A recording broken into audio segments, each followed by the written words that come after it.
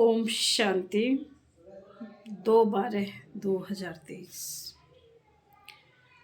बाबा कहते हैं, मीठे बच्चे, समय प्रति समय ज्ञान सागर के पास आओ। ज्ञान रत्नों का बक्खर सामान भरकर फिर बाहर जाकर डिलीवरी करो।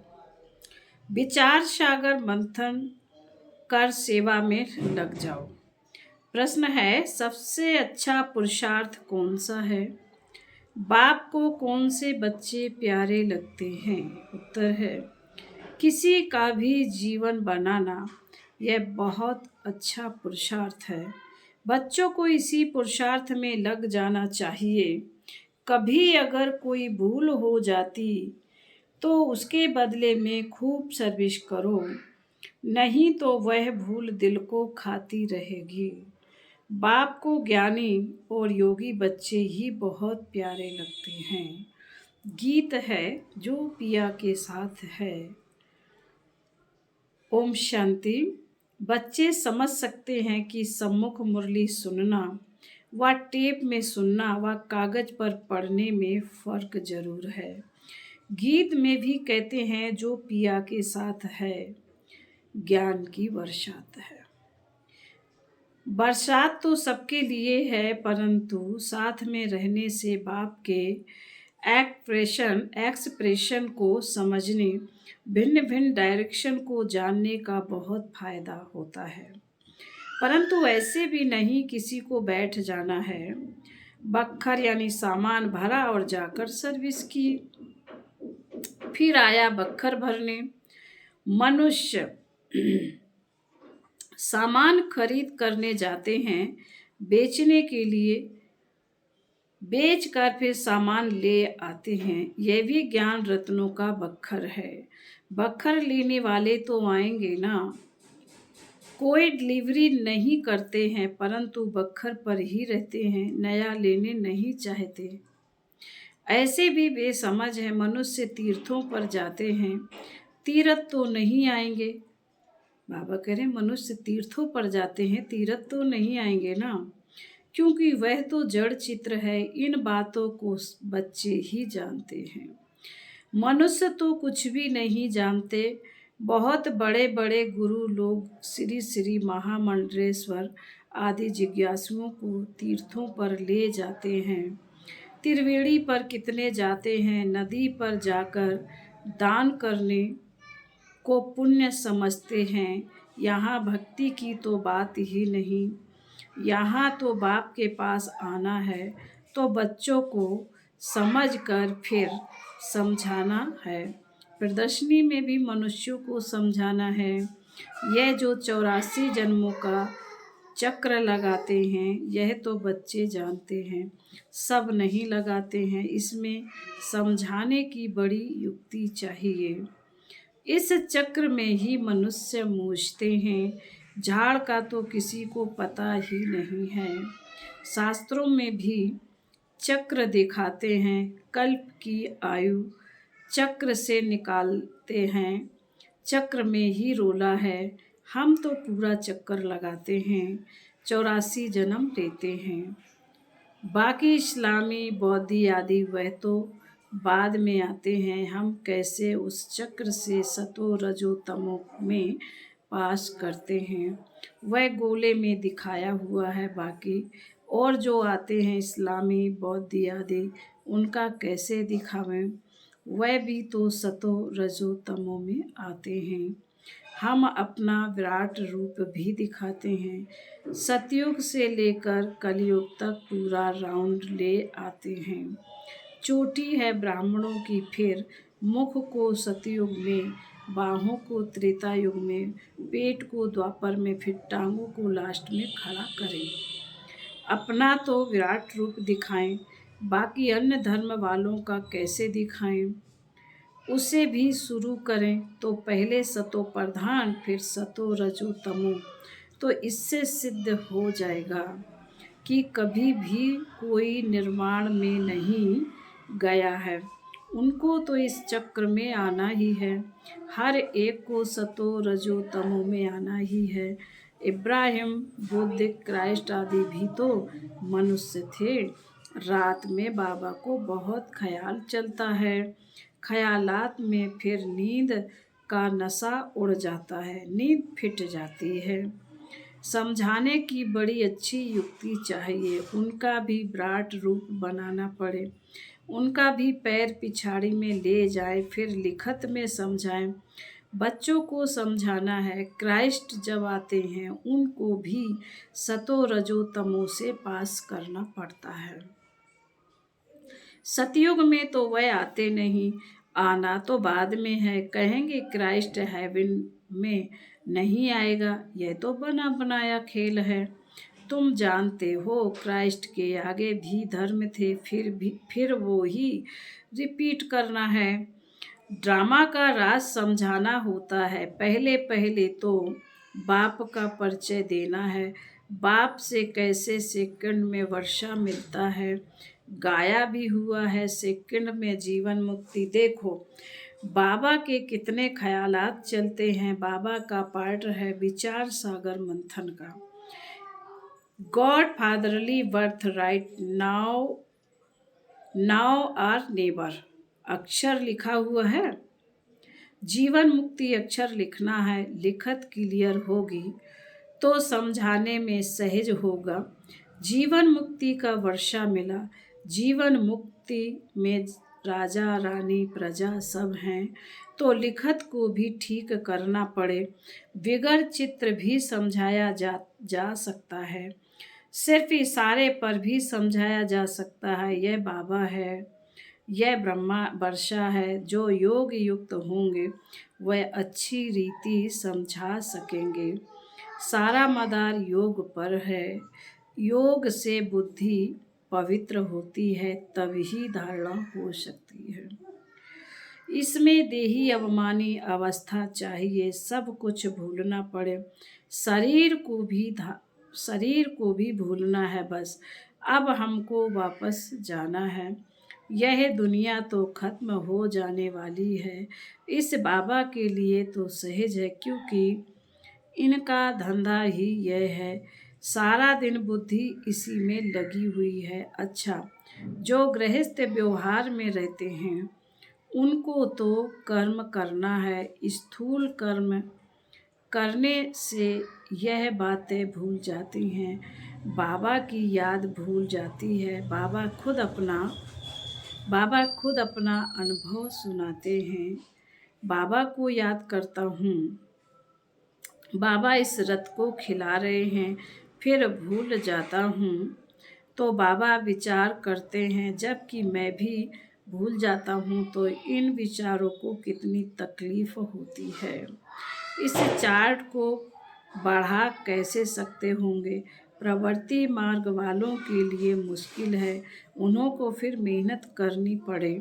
बाबा समझाते तो सबको हैं, जो पुरुषार्थ करते होंगे वह रिजल्ट लिख भेज सकते। बाबा जानते हैं बरोबर डिफ़िकल्ट है। बाबा कहते हैं रात को मेहनत करो, तुम्हारा थक सारा उतर जाएगा अगर तुम योग युक्त हो। विचार सागर मंथन करते रहेंगे तो। बाबा अपना अनुभव बताते हैं, कब और बातों तरफ बुद्धि चली जाती है तो माथा गर्म हो जाता है। फिर उन तूफानों से बुद्धि को निकाल इस विचार सागर मंथन में लग जाता हूँ तो माथा हल्का हो जाता है। माया के तूफान तो अनेक प्रकार के आते हैं। इस तरफ बुद्धि लगाने से वह थकावट सारी उतर जाती है, बुद्धि रिफ्रेश हो जाती है। बाबा की सर्विस में लग जाते हैं तो योग और ज्ञान का मक्खन मिल जाता है। यह बाबा अनुभव बता रहे हैं। बाप तो बच्चों को बताएंगे ना, ऐसे ऐसे होगा, माया के विकल्प आएंगे। बुद्धि को फिर उस तरफ लगा देना चाहिए। चित्र उठाकर उसी पर ख्याल करना चाहिए तो माया का तूफान उड़ जाए। बाबा जानते हैं कि माया ऐसी है जो याद में रहने नहीं देती। थोड़े हैं जो पूरा याद में रहते, बड़ी बड़ी बातें तो बहुत करते हैं। अगर बाबा की याद में रहे तो बुद्धि क्लियर रहे। याद करने जैसा मक्खन और कोई है नहीं, परंतु स्थूल बोझ बहुत होने से याद कम हो जाती है। बम्बई में देखो पोप आया, कितनी उनकी महिमा थी, जैसे कि सबका भगवान आया था।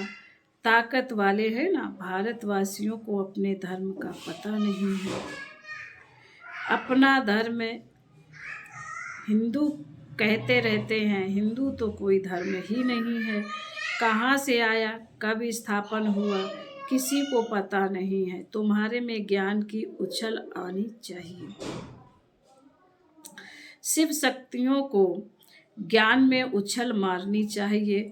उन्होंने तो शक्तियों को सिर पर दिखाया है सारी ज्ञान की बात। पिछाड़ी में जब तुम्हारे में ताकत आएगी तो साधु संत आदि को भी समझाएंगे। इतना ज्ञान जब बुद्धि में हो तब उछल आ सकती है। जैसे पाता गांव में खेती करने वालों को टीचर पढ़ाते हैं तो वह पढ़ते नहीं, उनको खेती बाड़ी ही अच्छी लगती है। ऐसे आज के मनुष्यों को यह ज्ञान दो तो कहेंगे यह अच्छा नहीं लगता, हमको तो शास्त्र पढ़ने हैं। परंतु भगवान साफ कहते हैं, जप तप दान पुण्य आदि से अथवा शास्त्र पढ़ने से मेरे को किसी ने नहीं पाया है। ड्रामा को नहीं जानते,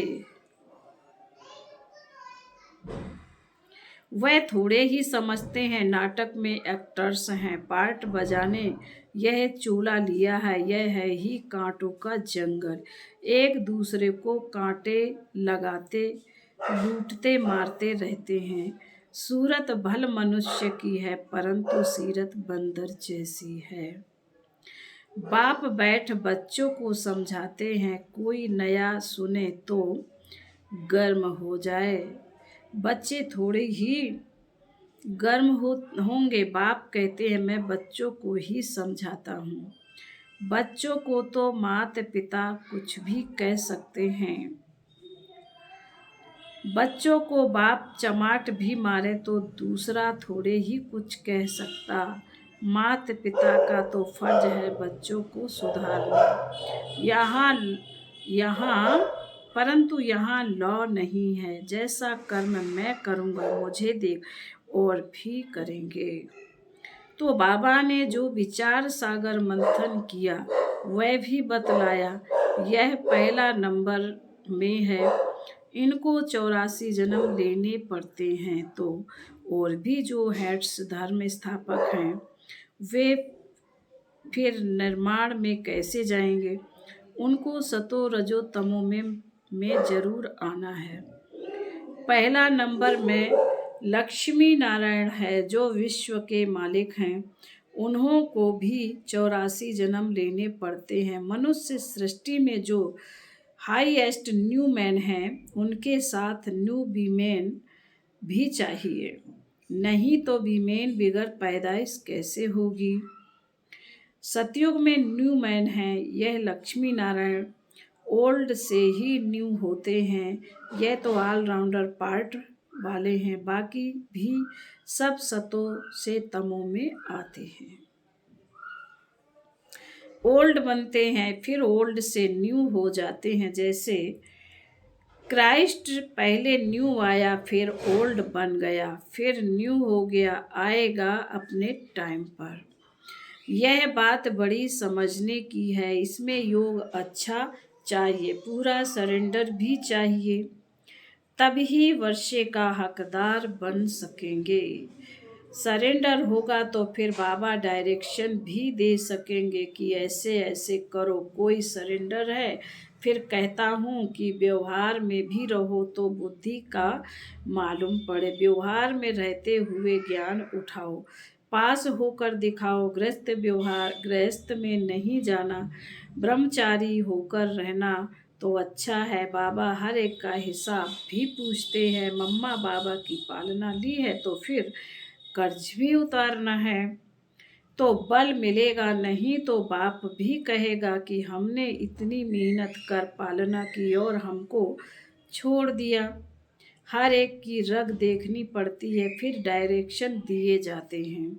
समझो इनसे भूल हो जाती है तो बाप उसको अभूल कराए ठीक कर देते हैं।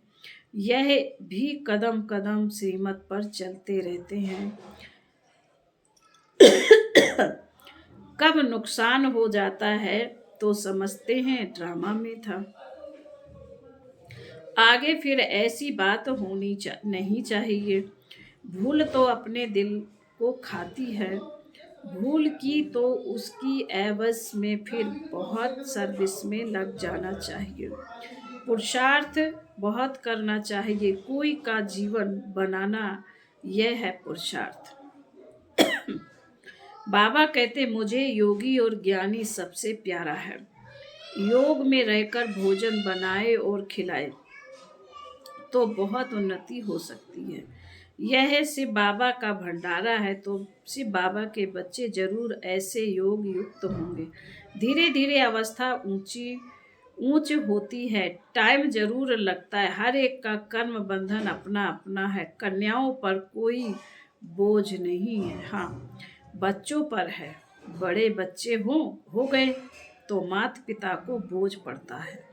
बाप ने इतना समझाया, इतना समय पालना की है तो उन्हों की पालना करनी पड़े।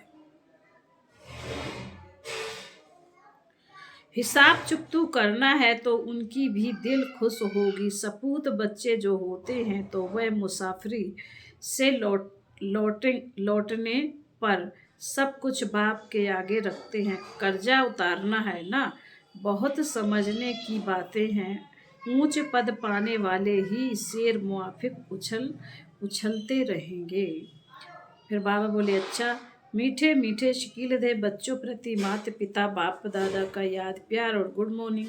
रूहानी बाप की रूहानी बच्चों को नमस्ते। हम रूहानी बच्चों की रूहानी माता पिता बाप दादा को याद प्यार गुड मॉर्निंग और नमस्ते। धारणा के लिए मुख्य सार है। बाबा ने कहा पहली पॉइंट में योग में रहकर भोजन बनाना है, योग में ही रहकर भोजन खाना और खिलाना है। बाबा ने जो समझाया है उस पर अच्छी रीति विचार सागर मंथन कर योग युक्त हो, औरों को भी समझाना है। वरदान है, स्व परिवर्तन और विश्व परिवर्तन की जिम्मेवारी के ताजधारी सो विश्व राज के ताजधारी भव। दोबारा से सुनेंगे। बाबा ने कहा है स्व परिवर्तन, आज का वरदान है, स्व परिवर्तन और विश्व परिवर्तन की जिम्मेवारी के ताजधारी सो विश्व राज के ताजधारी भाव। स्पष्टीकरण है, जैसे बाप के ऊपर प्राप्ति के ऊपर हर एक अपना अधिकार समझते हो, ऐसे स्व परिवर्तन और विश्व परिवर्तन दोनों के जिम्मेवारी के ताजधारी बनो, तब विश्व राज के ताज अधिकारी बनेंगे। वर्तमान ही भविष्य का आधार है। चेक करो और नॉलेज के दर्पण में देखो कि ब्राह्मण जीवन में पवित्रता का, पढ़ाई और सेवा का डबल ताज है।